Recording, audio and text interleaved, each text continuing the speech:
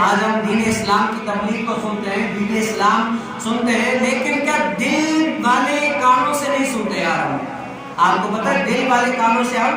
جیسے جمعے میں آ گئے یا کسی ولی اللہ کے بیان پر چلے گئے، ولی اللہ کی بارگاہ میں حاضر ہو گئے، جو بھی ہو گئے، لیکن دل سے ہم اس تقریر کو، اس بیان کو دل سے نہیں سنتے،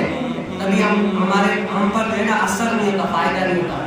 اسی لیے آپ کو پتہ ہے جب حضور علیہ السلام کافروں کو دین اسلام کی دعوت دیتے تھے نا، دین اسلام کی، وہ کافر بھی سر جھکا کر سنتے تھے، دین اسلام کی دعوت کو سنتے تھے، لیکن کیا دل میں یہ پکا ارادہ تھا کہ ایمان نہیں لے کر آئیں گے، اسلام کو قبول نہیں کریں گے، دل نے پکا پختہ ارادہ کر لیا کہ دین اسلام پر عمل نہیں کرنا، مانیں گے نہیں۔ وہ سنتے تھے لیکن عمل نہیں کیا، وہ کافر کے کافر ہی رہے، اسلام نہیں لے کر آئے۔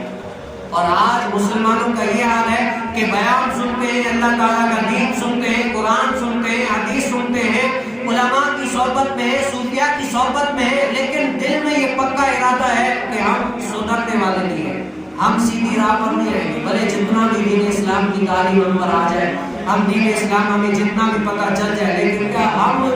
سیدھے راستے پر قسم کھائیے کہ ہم نہیں آئیں گے، ہم نے اللہ اور اس کے رسول کی طرف آنا نہیں ہے۔